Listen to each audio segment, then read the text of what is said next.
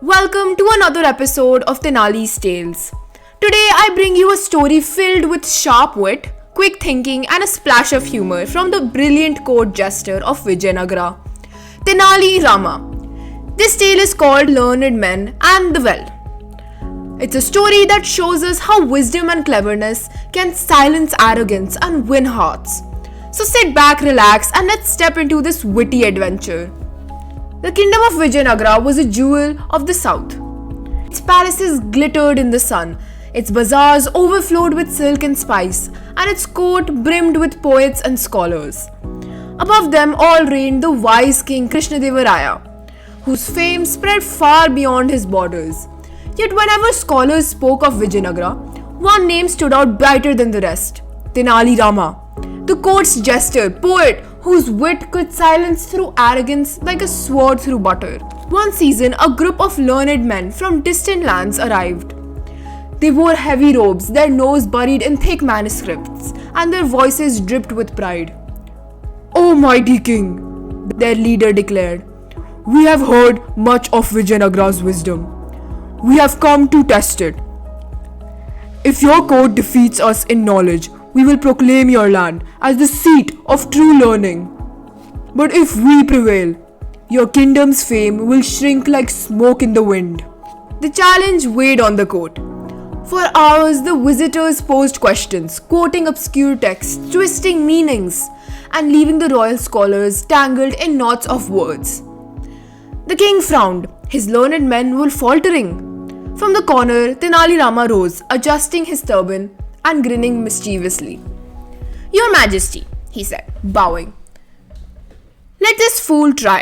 Perhaps a clown can swim where scholars drown." The visitors chuckled. "Very well, jester. Answer if you can." The first question.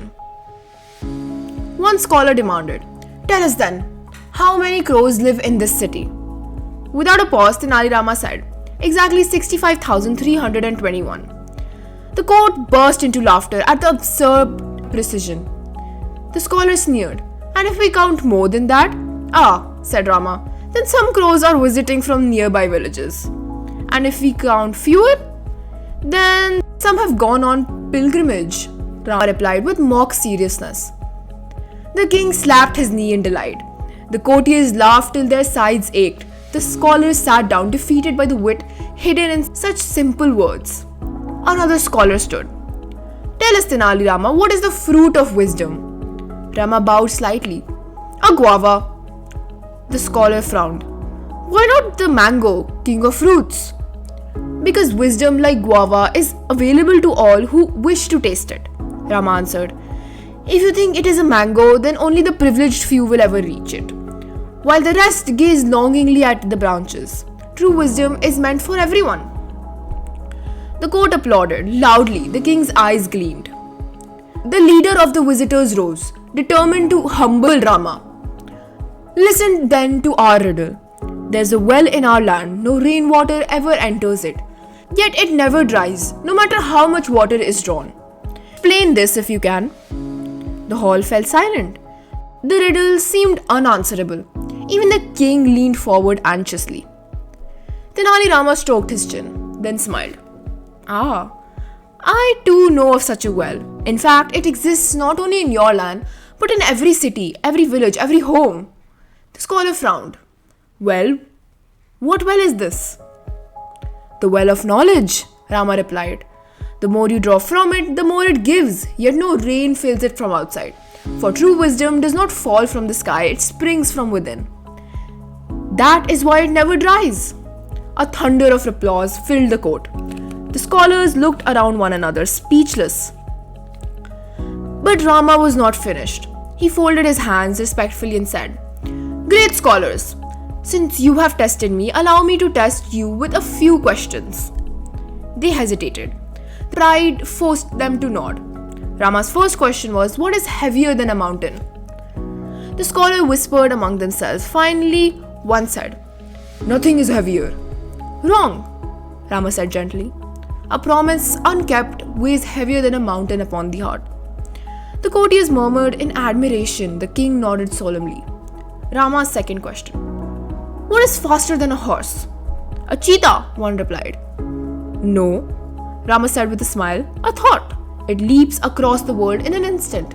Today it has leapt from your heads into mine. The court roared with laughter. Even the king chuckled.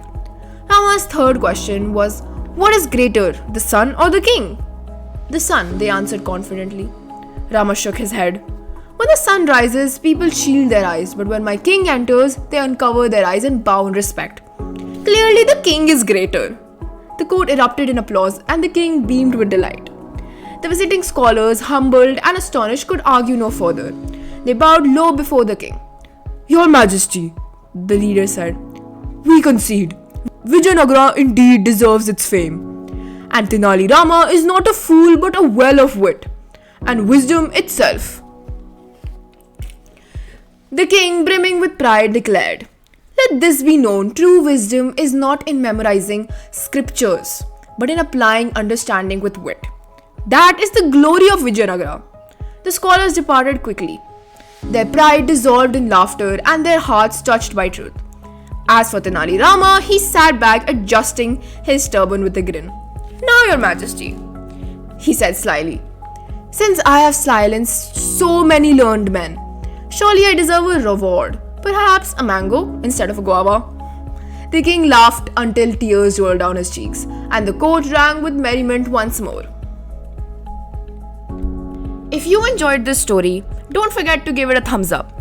And for more stories like this, be sure to subscribe and hit the bell icon so you never miss a new upload. Thanks for watching, and we'll see you in the next one with another twist, another tale, and another truth. Bye bye, see you very soon.